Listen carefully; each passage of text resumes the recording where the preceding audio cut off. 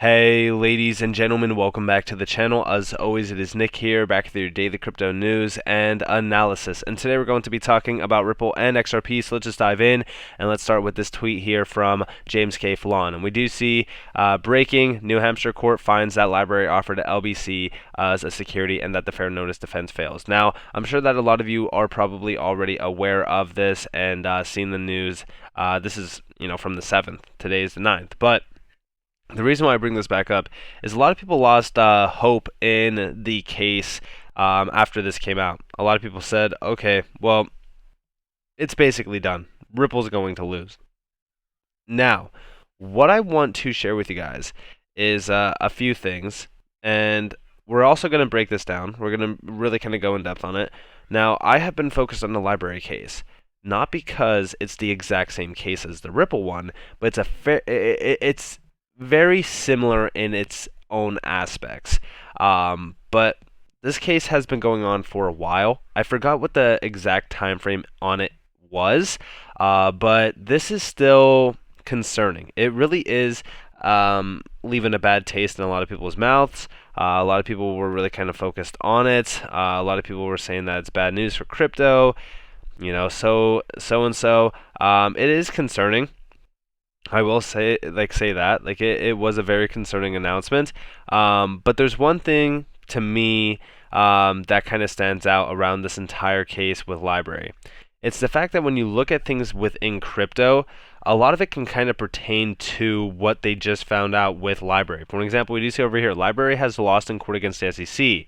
The SEC versus Library's case establishes a precedent that threatens the entire U.S. cryptocurrency industry. Under the SEC versus Library standard, almost every cryptocurrency, including Ethereum and Doge, are securities. The future of cryptocurrency in the U.S. now rests in with an organization even worse than the SEC, the United States Congress. More to come. And yes, this is concerning. We're going to get to that here in a second. But we do see over here from Riz XRP, XRP is a virtual currency.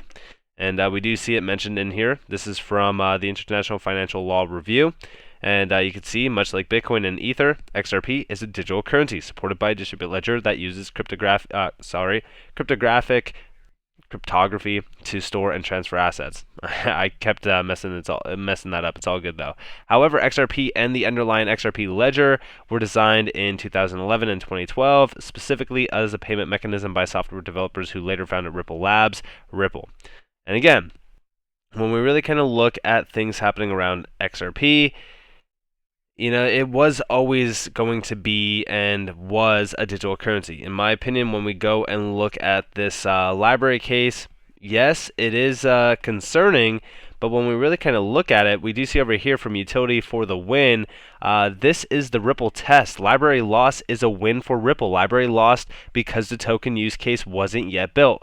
But from day one, when Ripple was gifted the XRP, it already had a use case as RTX, Ripple Transaction Protocol. This is the Ripple test, and this is exactly why I tell you guys to focus on the utility behind the token itself, because it does matter. Utility tokens will matter greatly when true regulations come to this space. We do see over here from Jeremy Hogan, Library fought the good fight but lost at summary judgment. The judge hung his hat largely on the fact that there was essentially no use for the tokens at the time of the sales. I would expect this case to make its way into the SEC's final brief in the Ripple case. But again, very different case here.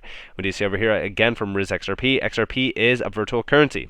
And you can see this. During Ripple's legal counsel, Matthew Solomon's presentation, Judge Nepern asked if having a utility distinguished XRP from the other two crypto assets. It might not be relevant to the issue, but it's important to understand. My understanding of XRP is that not only does it have a currency value, but it also has a utility, and that utility distinguishes it, I think, from Bitcoin and Ether. Is that correct? Now, very interesting thing here. This is why the SEC has always argued against XRP having utility and how utility does not matter. They say that it doesn't, but it is 100% crucial in the courtroom. Hence why I think that this announcement from Library in terms of their loss is such a crucial area to focus on, because it didn't have utility at the beginning sales.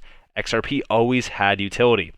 And over here we do see great clip from Johnny Deaton 1 with David Gokhstein. I hope that I'm saying his last name right. I'm probably not. I've been a follower of his for a very long time, and I still don't know how to pronounce it. But nonetheless, here you guys have it. And this is why library should not worry XRP holders. The other thing that people need to realize is that the library attorney, he did not contest the first two prongs of the Howey test. Howey has 3 prongs, and the third prong is a 2-part test, or 2-prong element prong. And library's attorney, mistakenly, in my opinion, he didn't contest the first factor, which is an investment, and he didn't contest a common enterprise. And in the Ripple case, Ripple and XRP holders are all contesting. We're contesting every single factor, and the common enterprise is the weakest that the SEC has. And so I know a lot of people are out there on crypto Twitter, and there's even lawyers out there saying, oh, this is a death blow to crypto. It's one freaking judge in New Hampshire, and Judge Torres, who is the judge in the Ripple case, she doesn't have to even read this opinion. All right. And she could rip it up. She could read it. She could say, oh, he makes a good point. Or she could read it and say, this guy makes no sense whatsoever. I'm not even going to finish reading it. That's what it had. That's the kind of impact that it may or may not have. And so people need to realize that. But comparing the library case to the Ripple case, if you do that and you're an XRP holder, you'll get worried. And I'm telling you not to be worried, because it's apples to oranges. It really is, between the tokens. And this is also my exact idea around this. It's a night and day difference. And you could really kind of see this. Like, you know, do I think that this is the death of XRP? It's game over for XRP? No. In fact, I think that this kind of gave XRP, in terms of a token, and Ripple, in terms of a defense, a one-up value to it. I think that they are going to compare the library case to the XRP case and say, well, hey, you know, you're saying that library's token did not have utility at launch, but here's the difference. XRP did. XRP always had value derived to it, as well as utility to it. This is the big difference here. We also do see over here from Riz XRP, clarity through the courts. Listen closely to this. It's about 1 minute and 10 seconds long. To play out, is there a sense perhaps like Bitcoin, Ether will be considered commodities, and perhaps most other digital currencies will be seen as securities? So look, this is a question that many people in Washington are working very hard on. But I tend to think that in the near term that you might see some of that clarity through the courts. There are a number of court cases that are working their way through the system right now that do touch upon this really important product definitional question. What kind of oversight is the CFTC likely to have? I mean, there's a great push for it to have an oversight over these digital assets. How are conversations progressing? I can't predict the future, but what I do know is that the CFTC's principles-based regulatory framework is better placed to anticipate and adapt to new changes and new risks in the market. And so that's why, with the CFTC's extensive, again, authorities over the spot markets from an anti-fraud and anti-manipulation perspective, everything from ags, softs, commodities like metals, oils, to energy, to interest rates, to benchmarks. I mean, you name it, the CFTC has got this very broad jurisdiction, and that's why I'm confident that no matter what happens, we'll be best placed for it. And I do think that the CFTC will play a vital role here. I also think that that's great that, Ripple, in terms of Brad Garlinghouse, was meeting with the CFTC greatly. They were also making a big, effect over in London as well, which is great because, again, Ripple Swell event, it's coming up. Big event. And I do think it's going to be very beneficial for Ripple and also XRP as a token. But yeah, I do believe that there will be possibly clarity through the courts. I think that when we look at the XRP case, I think that XRP as a token will also gain a huge, and I'm talking a huge advantage over the entire market by being the first token to really kind of set a precedent for the entire market by getting clarity as a token. And we do see over here from Stuart Alderati, Congress and the courts need to rein him in. And we do see U.S. capital markets are the world's envy. Gary Gensler's job as chairman of the SEC is to protect and promote them. Instead, he's attacking them. And this goes all the way back to July 18th, by the way.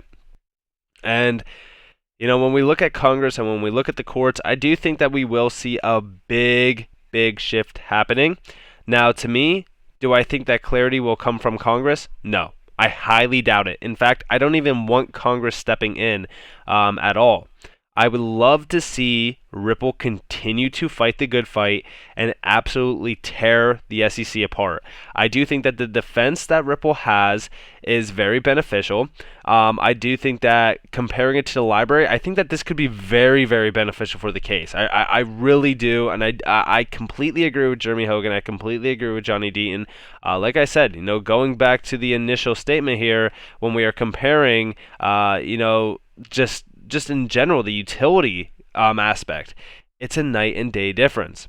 But last but not least, I do want to share with you guys real quick this tweet that came up on my timeline again from Riza XRP. I know that I utilize many of his tweets. Definitely go check him out on Twitter. Yeah, there's a ton of information. But this is a crucial area to focus on, is the emails, right? Because we still have that approved. And we do see here, the SEC wants you to think that it cares about disclosure, transparency, and clarity. Don't believe them. When the truth eventually comes out, the shamefulness of their behavior, here will shock you. Now, again, this goes back to October 20th. It's been roughly, 20 days since this came out. In my opinion, I think going forward, we will see a big announcement around these emails.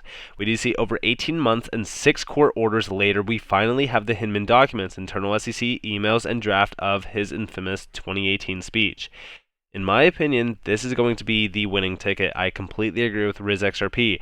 I really do think that these emails could be very, very, very, very crucial to Ripple's defense, and it could put the nail in the coffin finally for the SEC, which would be very beneficial for all XRP holders out there. And last but not least, I know that I said that was going to be the last one. I do apologize, but nonetheless, we do have from James K. Fallon, Stuart Alderati describing the SEC and its efforts to regulate crypto. Make no mistake, this is a political power grab. It's not the law, and it's not good policy, and it's at your expense. Yes, I cannot describe this entire case better than this. If you live in the U.S., your tax money goes towards this garbage. So not only are you getting hit twice, right? You're getting hit on XRP's price being extremely stifled, but you're also getting hit with the taxpayer money for the SEC. This is garbage. This is complete trash. Listen, at the end of the day, we know that this is a political power grab. We know that it's a publicity stunt, very similar to the Kim Kardashian stuff. The SEC is an absolute joke of an agency, and I really do demand an investigation into their ethics as well as into the corruption behind the SEC, no matter what happens. Because those emails, those documents need to see the light of day. I'm extremely scared that they won't, simply because, again, the SEC will most likely say, hey, we want to settle out. We don't want these documents to see the light of day, but I really want to see what is in those documents. But with all of that in mind, I hope that you guys enjoyed this video. If you guys did, definitely leave a like, subscribe to notifications on. If you guys want more free content, you guys are more than welcome to follow me on Twitter and join the free Discord down in the description below. As always, up to you all. Have a beautiful day, beautiful night, wherever you guys are in this beautiful world. This has been Nick. Peace out, guys.